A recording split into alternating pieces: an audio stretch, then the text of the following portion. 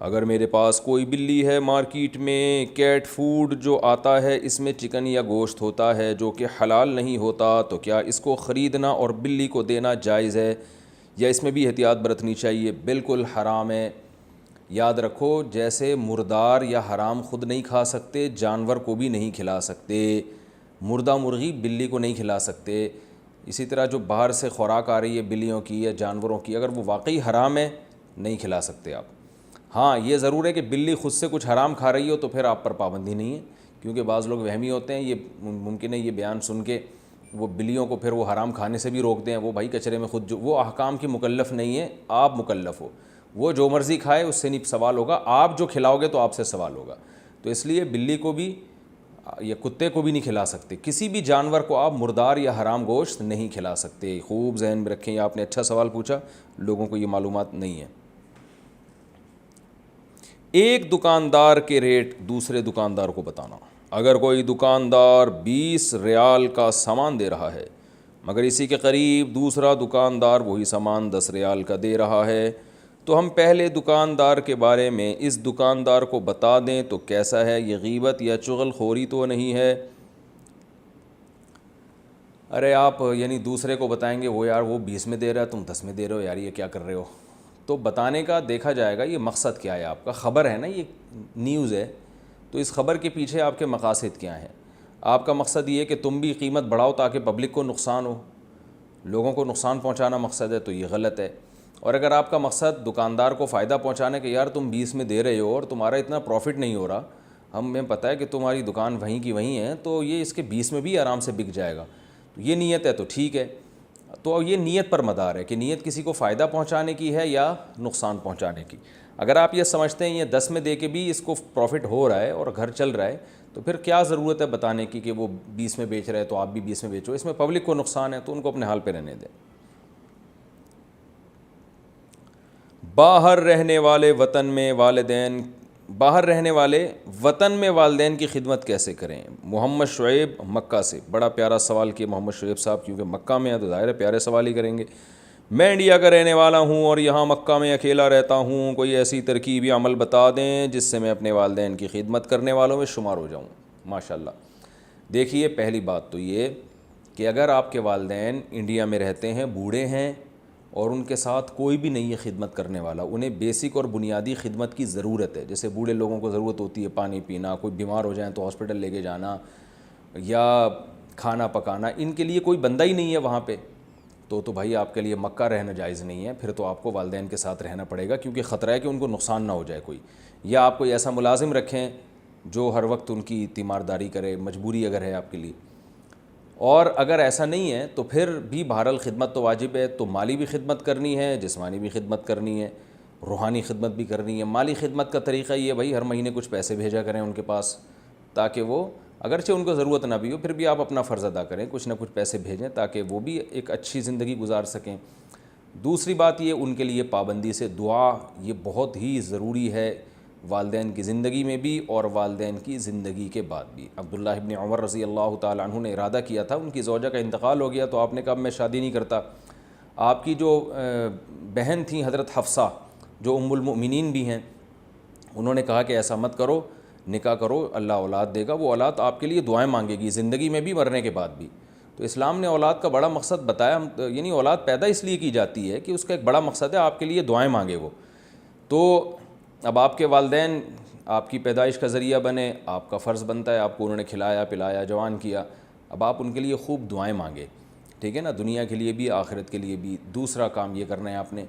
تیسرا کام آپ نے والدین کے لیے یہ کرنا ہے کہ بوڑھے ماں باپ کو جتنی خوشی اولاد کے بات چیت کرنے سے ہوتی ہے، پوری دنیا میں آپ کو پتہ ہے ایک مسئلہ بن چکا ہے، غیر مسلموں میں تو یہ بہت بڑا مسئلہ ہے، بڑھاپے میں تنہائی۔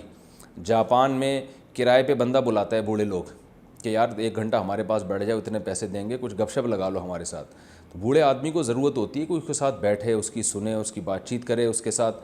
تو تنہائی، کیونکہ لوگوں نے ان کو چھوڑ دیا ہوتا ہے، تو آپ روزانہ فون پہ بات کر لیا کریں والدین سے، ہیلو ہائے کر لیں، ادھر ادھر کی گپ شپ لگا دیں، جتنی لمبی بات کریں گے اتنا ثواب زیادہ ملے گا۔ اور والدین اس سے اتنا خوش ہوتے ہیں، کسی اور چیز سے خوش نہیں ہوتے کہ ہمارا بیٹا ہمیں پوچھتا ہے، ادھر ادھر کی گپ شپ ماریں، اسکائپ پہ کال کرو، ابو کیا حال ہیں آپ کے، کیا کھایا، کیا پکایا، کھایا پکایا، اماں نے کیا پکایا آپ کے لیے, یا اسی طرح ہی ہنسی خوشی زندگی گزر رہی ہے جیسے پہلے گزرا کرتی تھی, وغیرہ وغیرہ وغیرہ.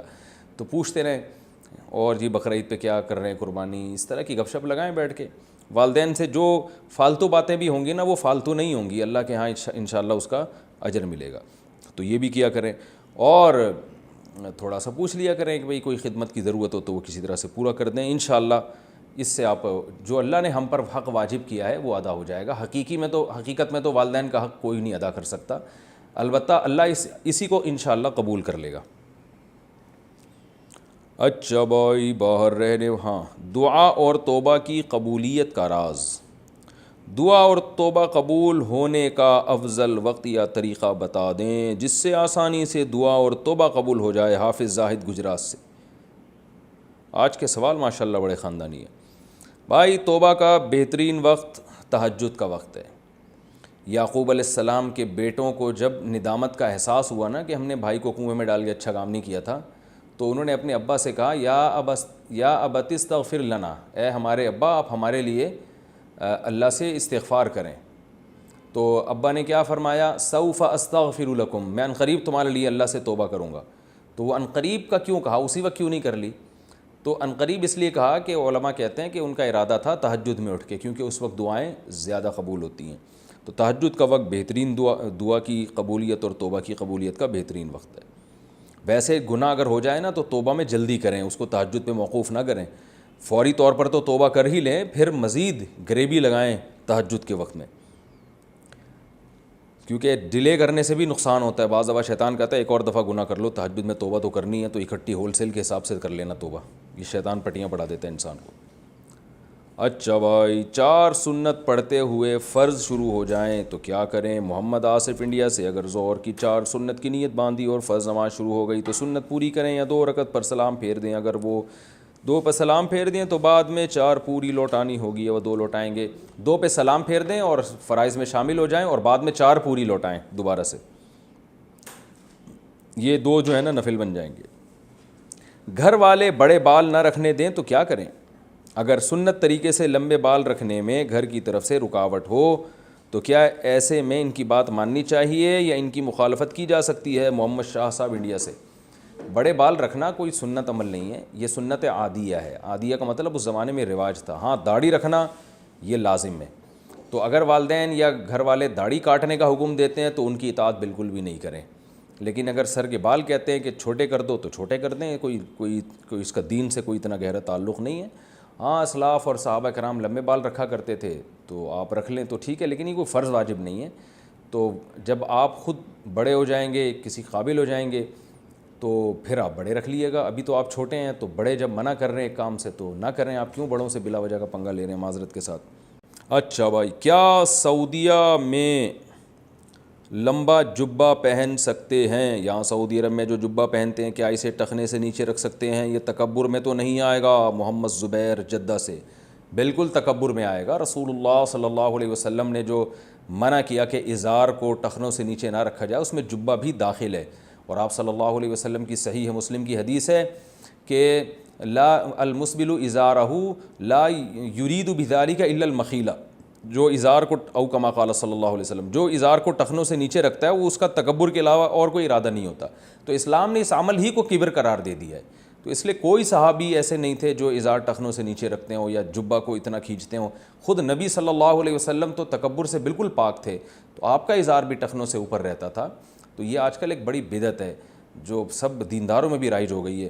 میں نے مسقط میں دیکھا ہے یہ, اگرچہ وہاں عباضیہ فرقے کے لوگ رہتے ہیں تو مسلک میں تو بڑا فرق ہے ہمارے اور ان کے, لیکن ان لوگوں میں نے ایک چیز دیکھی ہے, وہاں جتنے مساجد کے امام دیکھے داڑیاں ماشاءاللہ سب کی پوری ہیں مسقط میں, اور ماشاءاللہ سب کے جو ازار ہیں امام جتنے بھی ہیں عرب ہیں وہاں بھی, ازار ان کے ماشاءاللہ ٹخنوں سے سب کے اوپر ہوتے ہیں, جو پراپر ڈریس شریعت نے بتایا. تو میں ان کو کہتا تھا یار آپ کی باقی چیزوں سے تو ہمیں اختلاف ہے, کچھ عقائد اہل سنت سے مختلف ہیں, لیکن یہ کام بڑا خاندانی ہے. کوئی امام مجھے چھوٹی داڑھی والا یا بغیر داڑھی والا کوئی امام نظر نہیں آیا, اور کوئی امام ایسا نظر نہیں آیا جس کی ازار ٹخنوں سے نیچے ہو.